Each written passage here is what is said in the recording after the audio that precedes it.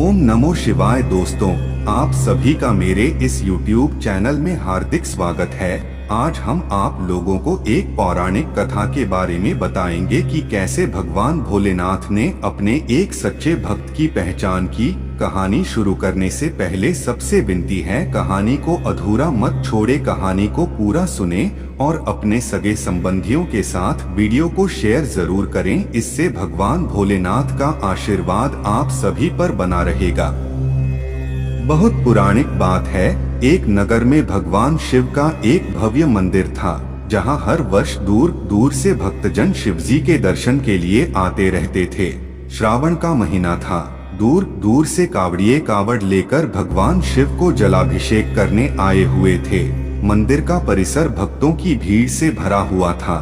तभी अचानक आकाश में बिजलियां हुई और सोने का एक थाल उतरा। उसी के साथ एक भविष्यवाणी हुई कि जो कोई भगवान शंकर का सच्चा भक्त और प्रेमी होगा, उसी को यह थाल मिलेगा। मंदिर के परिसर में उपस्थित सभी लोगों ने यह भविष्यवाणी सुनी। धीरे धीरे सभी इकट्ठे हो गए। जो लोग मंदिर की व्यवस्था देखते थे, उन्हें तो पूरा विश्वास था कि यह थाल हमें मिलेगा, इसलिए वे सबसे आगे जाकर खड़े हो गए। सबसे पहले एक पंडित जी आए और बोले, देखिए, मैं प्रतिदिन महादेव का अभिषेक करता हूँ। आज मैं ही भोलेनाथ का सबसे निकटवर्ती प्रेमी और भक्त हूँ, इसलिए थाल मुझे मिलना चाहिए। इतना कहकर पंडित जी ने थाल उठाया। जैसे ही पंडित जी ने थाल उठाया, थाल पीतल का हो गया। यह देखकर पंडित जी बड़े लज्जित हुए। उन्होंने थाल यथास्थान पर रखा और वहां से निकल गए। इसी प्रकार वहां उपस्थित सभी पंडितों ने खुद को आजमाया, लेकिन शायद उनमें से कोई भी सच्चा भक्त नहीं था। उन्हें भी थाल यथास्थान पर रखकर चले जाना पड़ा। इसके बाद उस नगर के राजा का आगमन हुआ। राजा साहब आगे आए और बोले, मैंने महादेव के मंदिर में बड़ी भारी दान दक्षिणा दी है, इसलिए यह थाल मुझे मिलना चाहिए। इतना कहकर राजा साहब आगे बढ़े और थाल उठाया। जैसे ही राजा ने थाल उठाया, थाल तांबे का हो गया। यह देखकर महाराज भी लज्जित हुए और थाल यथास्थान रखकर एक तरफ खड़े हो गए। इसके बाद इसी तरह एक से बढ़कर एक दानी, महात्मा और भक्त पधारे और थाल उठाया, लेकिन किसी के हाथ में कुछ और किसी के हाथ में कुछ हो गया, लेकिन सोने का नहीं रहा। तब लोगों को पता चला कि हम में से कोई भी महादेव का सच्चा भक्त नहीं है। उसी समय एक किसान का आगमन हुआ। वो बेचारा महीनों बाद आज चातुर्मास के सोमवार के शुभ अवसर पर शिवजी के दर्शन करने आया था। गरीबी और गृहस्थी के बोझ तले दबा दिन रात खेतों में मेहनत मजदूरी करके अपना और अपने परिवार का गुजारा करता था। अभी रास्ते में आ ही रहा था कि कोई भिखारी मिल गया और कुछ खाने को मांगने लगा। इस किसान को दया आ गई। अपने खाने के लिए जो खाना लाया था, वो उसने उस भिखारी को दे दिया। थाल के बारे में इसने भी सुना था, लेकिन इसने उस ओर कोई ध्यान ही नहीं दिया। सीधा मंदिर में गया और महादेव का पूजन करके बाहर आ गया।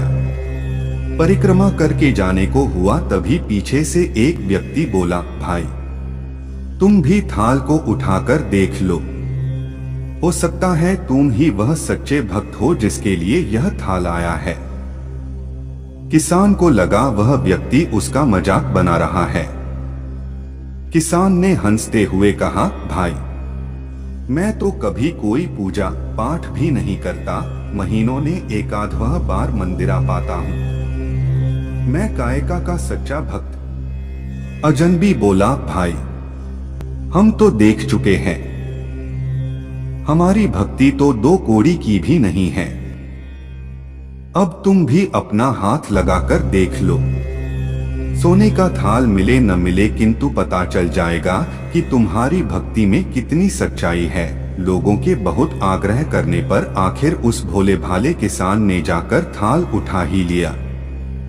जैसे ही उसने थाल उठाया, लोगों के आश्चर्य का ठिकाना नहीं रहा। सोने का थाल रोशनी से चमचमाने लगा। यह देख सब लोगों में खुशियों की लहर दौड़ गई। सभी लोग उसके जयकारे लगाने लगे और पूछने लगे कि भाई, तुम ही सच्चे भक्त हो। अब हमें भी बता दो कि कैसी भक्ति करते हो, जिससे महादेव तुमसे इतने प्रसन्न है। तो किसान बोला, भाई, मैं कोई भक्ति नहीं करता। मैं केवल दिन भर खेतों में काम करता हूँ और थोड़ा समय निकालकर जरूरतमंद लोगों की मदद करता हूँ। इसके अलावा मैं कोई विशेष कार्य नहीं करता। लोग पूछने लगे, तुम लोगों की मदद क्यों करते हो? हंसते हुए किसान बोला, सुकून। दूसरों के चेहरे पर मुस्कान देखकर मुझे जो आनंद और खुशी होती है, उसे मैं शब्दों में बयां नहीं कर सकता। शायद यही कारण है कि महादेव मुझसे खुश है। इसलिए जीवन में हमेशा याद रखे, सत्कर्म का आरंभ भी आनंद से होता है और अंत भी आनंददायक होता है। दुष्कर्म का आरंभ भी दुहक से होता है और अंत भी दुखदायक होता है।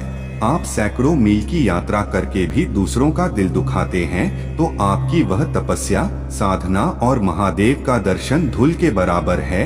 भगवान भोलेनाथ की साधना के साथ साथ हमें दूसरे लोगों की मदद करनी चाहिए, इससे भगवान भोलेनाथ खुश होते हैं।